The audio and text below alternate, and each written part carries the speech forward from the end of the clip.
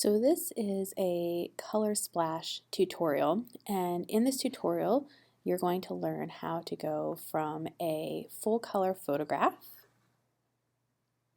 to a photograph that has mostly black and white with just a little bit of color in selected areas. We're also going to learn to enhance the shadows in the black and white and in the color part of the photographs, and how to change the color and go from something that looks like this to like this, or even like this.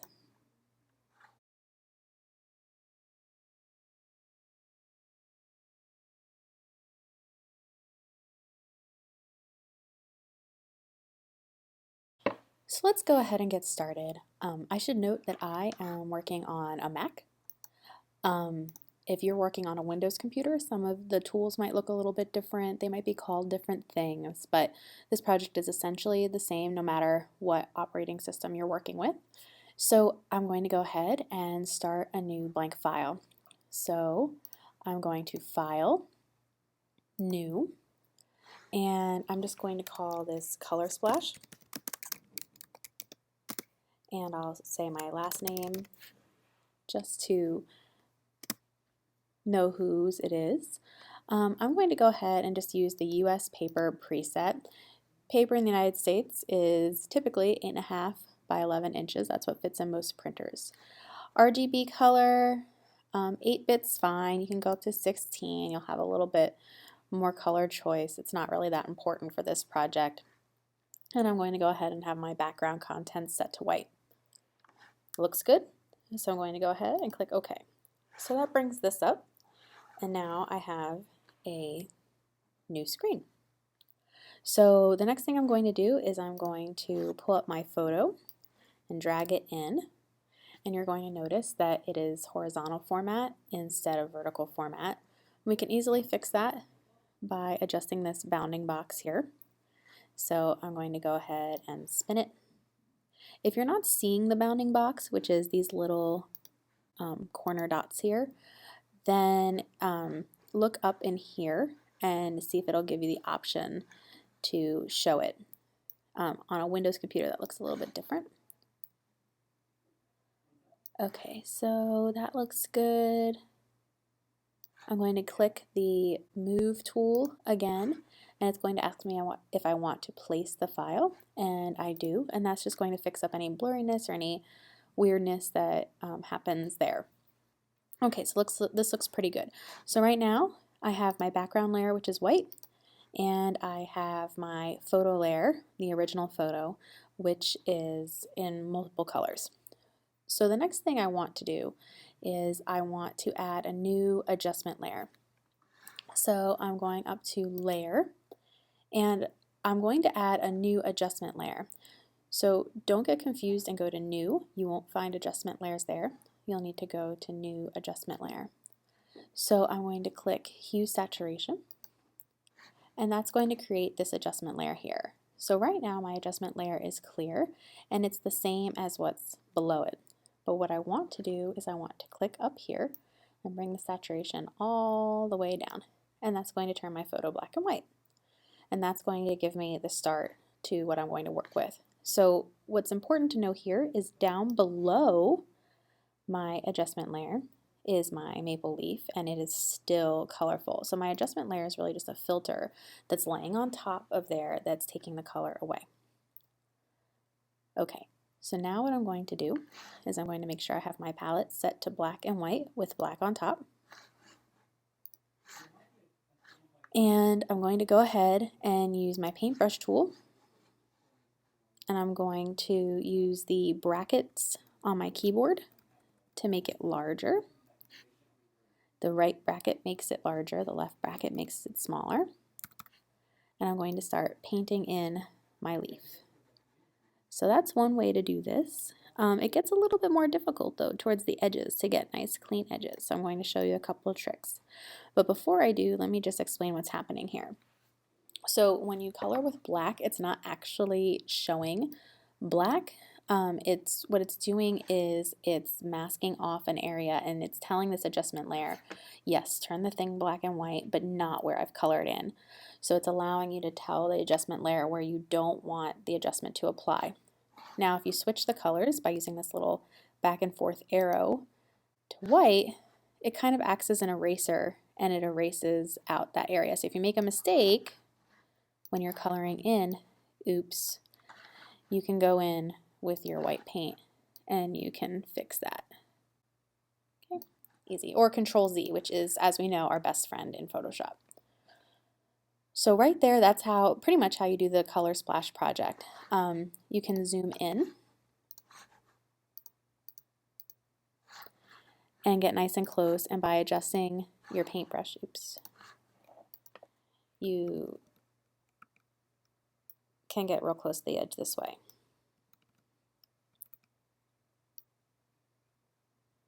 And you can work on getting in all the little nooks and crannies of whatever you're painting. And in a couple seconds, I'll show you some tricks to make that a little bit easier to work with. There's some workarounds here because this can get a little tedious. But essentially, that's the color splash project using an adjustment layer. And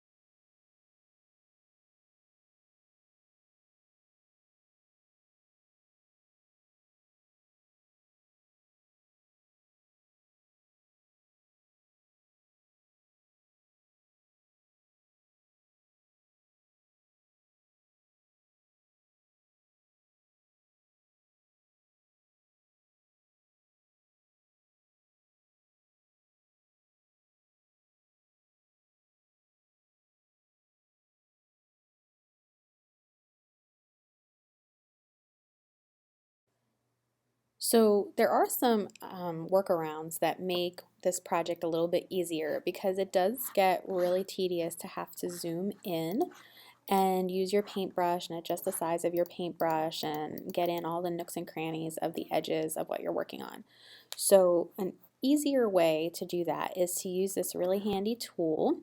It's called the Quick Selection tool, and it looks like a paintbrush with like a little dotted circle around it. So Quick Selection tool, if you notice up in the modify bar up here, it has the selection tool and then the selection with a plus sign and the selection with a minus sign. And the plus and the minus are important for this tool. So I want to use the plus selection brush tool, and the plus selection brush tool is going to start adding little bits of selection to here. So what I'm doing is I'm going in and I'm highlighting areas of my leaf that I'd like to color in.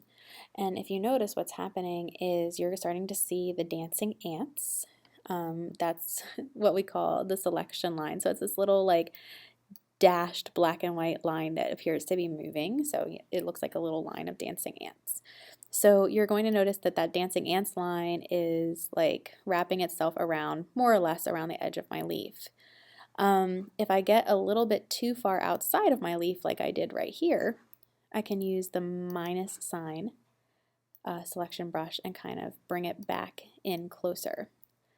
So I'm trying to kind of get it to stick to the edges of my leaf, and when I've selected a relatively decent sized segment here, I'm going to use the paint bucket tool and I'm going to dump black paint on here. So what's happened now is the whole area that I've selected is going to fill in with the color because I'm working in my hue saturation layer and telling it that whatever's black should not be turned black and white.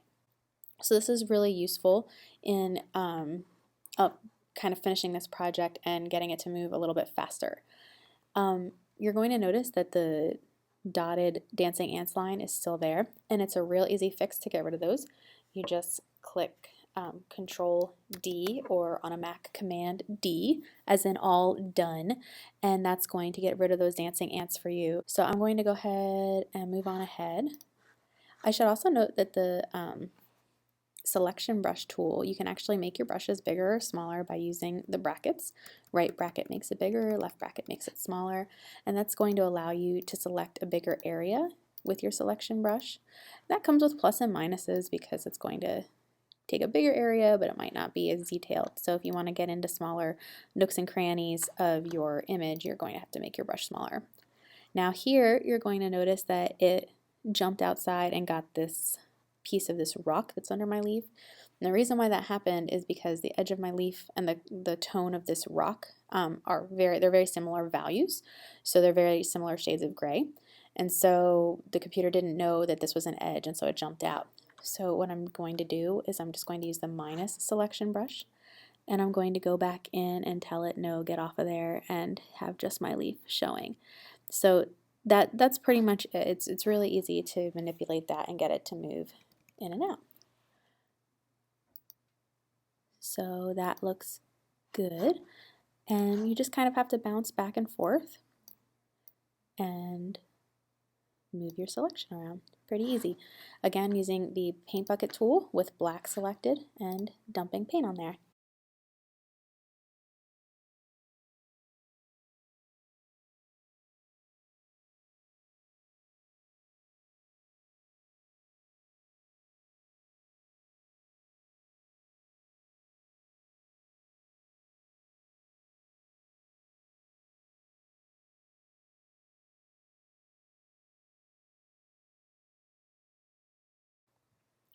So another tool that's pretty useful in this project is this tool over here. It's the magnetic lasso tool. And the lasso tools are also selection tools. So they allow you to draw a line that will create the dancing ants and will highlight a selection for you to work within. So magnetic lasso tool is this neat tool because it zaps to the edge, it clings to the edge of whatever you're outlining. So it sort of knows what you're trying to get a hold of, more or less.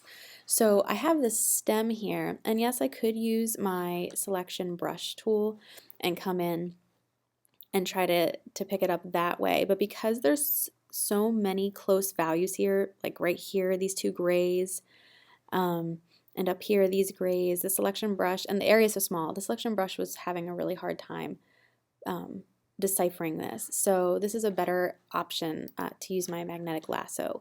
So magnetic lasso, you just start drawing lines, and every so often you click to tell it that it's on the right track.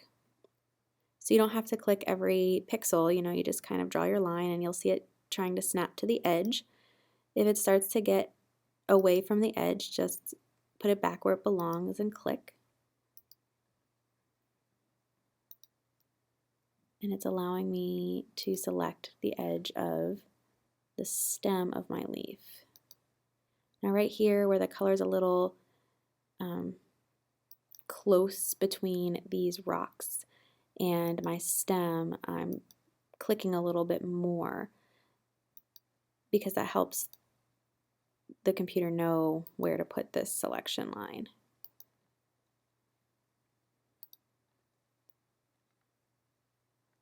Pulling it through, almost down to the edge here, telling it my line where to go. And when I get back to the beginning, the dancing ants will appear, and I can use my paint bucket tool to color it in. Hit Control D, and you will see that the dancing ants go away.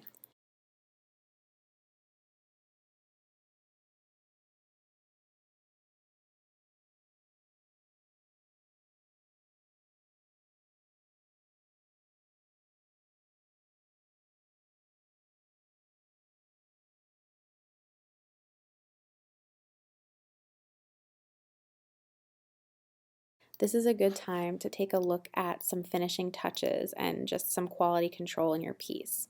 So one thing you'll want to do as you get close to the end of this project is to go ahead and use the paint brushes and zoom in and really check all of your edges, because even if they look like little insignificant coloring outside of the lines occasions, it makes a big difference when you go to print these pieces. So you want to make sure your edges are nice and neat, that you didn't color outside of whatever you meant to color, like right here. So I'll switch to white and I'll just fix that little bump up and this little edge right here. So none of the tools are perfect. It really takes a human to go in and make sure that areas that are supposed to be colored are and areas that aren't. So I'm just kind of scanning the edge of my leaf and making sure I have everything I meant to be colored. And a really easy way to tell if you're not sure if this is a rock or a leaf is just color it in and see. If if you get into the rock area, you'll notice that it's the wrong color. So checking the edges. So another way that you can check your edges and make sure that they are correct is, let me zoom out.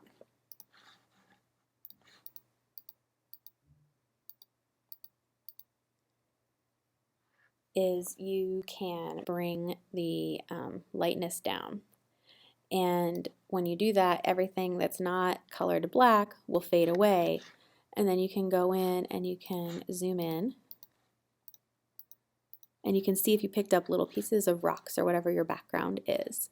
So I can go in here and I can change that and fix that edge up. So that's just a little trick to help you figure out if you've gotten your edges nice and neat.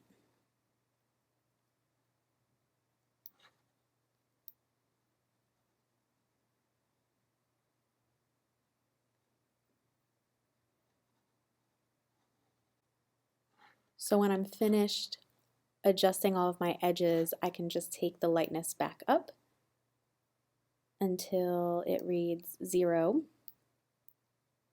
and that puts it back where it was.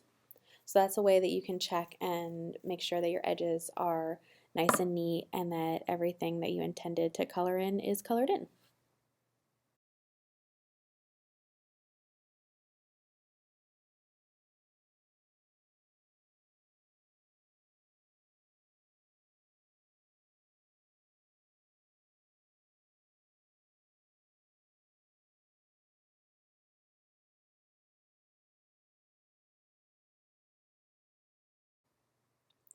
So at this point, your Color Splash project is pretty much finished. Your edges are nice and neat, the color is showing, you have your black and white in areas that you don't want to emphasize. So at this point, this project could be considered finished.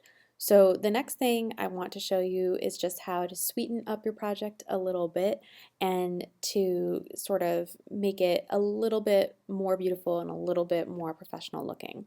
And the way we do that is by adding a few more adjustment layers.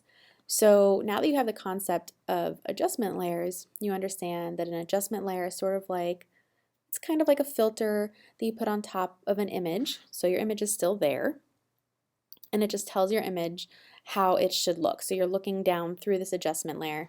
Anything that's colored in black is telling the computer, no, not in this area that I've colored in. Please don't do the adjustment on that area.